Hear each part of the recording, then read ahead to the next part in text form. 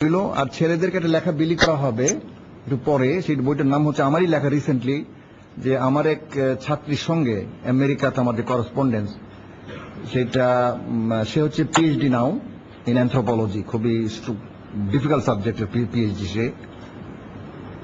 তার সঙ্গে আমার একটা করসপন্ডেন্স যদি তোমাদেরকে আমি দিব, আজকে ওখানে দেওয়া আছে, সেটা পেলে তোমরা একটা আধুনিক শিক্ষিত মুসলিম বিশ্বাসী নারীর মনের ব্যথাটা বুঝতে পারবে।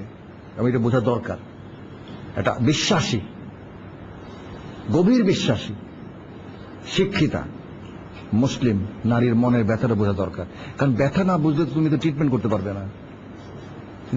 তুমি যদি ব্যথা না বুঝো তাহলে তুমি কিছুই ট্রিটমেন্ট করতে পারবে না। তো এইখানে আমি জেন্ডারটা বললাম। আর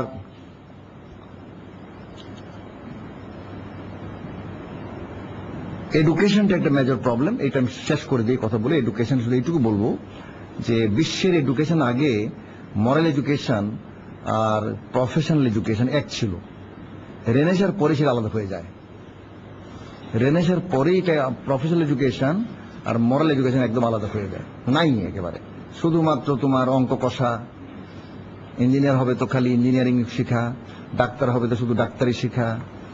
কিন্তু তার ফলে মানুষ তো অমানুষ হয়ে যাচ্ছে, রবট হয়ে যাচ্ছে, মানুষ আর মানুষ থাকছে না, বর্বর হয়ে যাচ্ছে, অনেক বেশি অত্যাচারী হয়ে যাচ্ছে, অনেক বেশি স্বার্থপর হয়ে যাচ্ছে। মানব জাতির একটা বিরাট ক্ষতি হয়ে গেছে। এবং ইসলামের দাবি হচ্ছে এই শিক্ষা ব্যবস্থাকে আবার মোটামুটি ভাবে ইন্টিগ্রেট করা। আধুনিক যুগে তো আগের মতো করা যাবে না, কিন্তু যেভাবে করা দরকার সেভাবে করতে হবে। এই জিনিসটা তোমাদের কনভিন্স হতে হবে তোমাদের।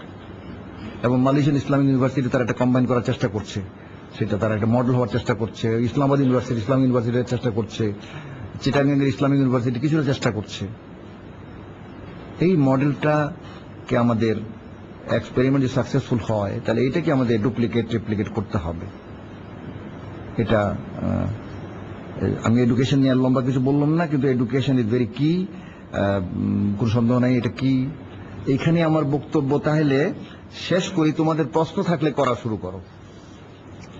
যদি কারো কোনো প্রশ্ন থাকে তাহলে সেটা বলো, আমি চেষ্টা করবো সাধ্যমতো উত্তর দিতে। মায়েদের কোনো প্রশ্ন? আর নাইলে ছেলেদের কোনো প্রশ্ন?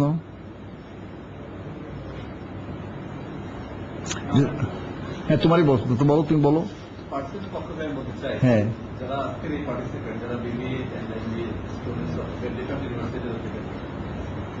জাতির উন্নয়নে, দেশের আর্থসামাজিক উন্নয়নে কি করণীয়, কি ভূমিকা থাকবে অতীত মানে কঠিন প্রশ্ন তো, কঠিন প্রশ্ন। বাংলাদেশ একটা এমন ডিফিকাল্ট কান্ট্রি, আমি খালি দোয়া করি আল্লাহ কখনো যেন এই দেশের দায়িত্ব আমাকে মানে ধারে কাছে যেতে না হয়। It's so difficult a country now, মানে কোনো কিছুই সমাধান করা সম্ভব কিনা বুঝতে পারি না। দেখ, তবু আমি বলবো যে তোমরা মানে জীবনে সব সময় আল্লাহকে ভয় পাবে। আমি এটা বলবো, আল্লাহকে ভয় পাবে। আল্লাহ যা পছন্দ করেন না তা করবে না, এটা আমার অনুরোধ। তোমরা কোরআনটা পড়ে ফেলবে। The honesty cannot be contingent, honesty cannot be subject to certain conditions. Honesty cannot be, should not be subject to certain conditions. ফলে আমি তোমাদেরকে এই কথাই বলবো যে সততাকে বহাল রাখবে। আর তোমরা আর দুটো কথা বলি, বেশি না বলে, কারণ আমি তো ঠিক এত বড় জিনিস যে তোমরা কখনো মিথ্যাকে বিশ্বাস করবে না, চেষ্টা করবে ইনভেস্টিগেট করতে। আল্লাহ কোরআনেও বলেছে যে তোমরা সত্যকে মিথ্যার সঙ্গে মিশিয়ে ফেলো না। ওয়ালা তালবিসুল হাক্কা বিল বাতিল, সত্যকে মিথ্যা দ্বারা ঢেকে দিও না। আমাদের দেশ সংবাদপত্র বেশিরভাগ মিথ্যা কথা বলে এবং খবরও দেয় না আজকাল, ভালো খবর কারো সত্যি খবরও দেয় না। যেমন ধরো, আমি দেখলাম একটা মেজর পার্টি এই দেশের একটা মেজর মিটিং করলো, 2.5 লাখ 3 লাখ লোকের মিটিং। সে খবর দুইটা পত্রিকা, প্রথম আলো এবং ডেইলি স্টার দিলই না। এটা কোন ধরনের সততা? 3 লক্ষ লোকের মিটিং হবে ঢাকা শহরে, কিন্তু তার খবরটাই ছাপবে না। অথচ আল্লাহ বলছে ওয়ালা তাকতুমুল হাক্কা, সত্যকে গোপন করবে না। সূরা বাকারাতে আছে ওয়ালা তাকতুমুল হাক্কা, সত্যকে গোপন করবে না। ওয়ালা তালবিসুল হাক্কা বিল বাতিল, সত্যকে মিথ্যা দ্বারা ঢেকে দিবে না। আমি তোমাদেরকে অলওয়েজ বলবো আপহোল্ড ট্রুথ, আপহোল্ড ট্রুথ। মিথ্যা সে আমার নিজের ভাই বললো মানবে না, ঝগড়া করার দরকার নাই, কিন্তু মানবে না। আপহোল্ড। এবং কোরআন একটা আয়াতের আমি সামারি বলছি, সূরা নিসার 135 আয়াত বোধ হয়।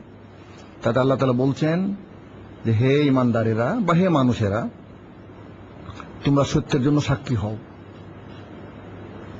সত্যের জন্য সাক্ষী হয়ে দাঁড়াও। কুনু কাওয়ামিনা বিল কিসত, হ্যাঁ হ্যাঁ হ্যাঁ, বিলকিস শুহাদা লিল্লাহ। তোমরা দাঁড়াও, কুনু কাওয়ামিনা, তোমরা দাঁড়িয়ে পড়ো সত্যের জন্য, শুহাদা লিল্লাহ, এটা আল্লাহর জন্য সাক্ষী হওয়া, মানে এই দাঁড়িয়ে পড়াটা হচ্ছে আল্লাহর জন্য সাক্ষী হওয়া। লাউ আলা আনফুসিহিম, শুধু সেই সাক্ষী হওয়াটা বা সত্য পথ অবলম্বন করাটা যদি তোমাদের নিজেদের বিরুদ্ধে যায় তাহলেও,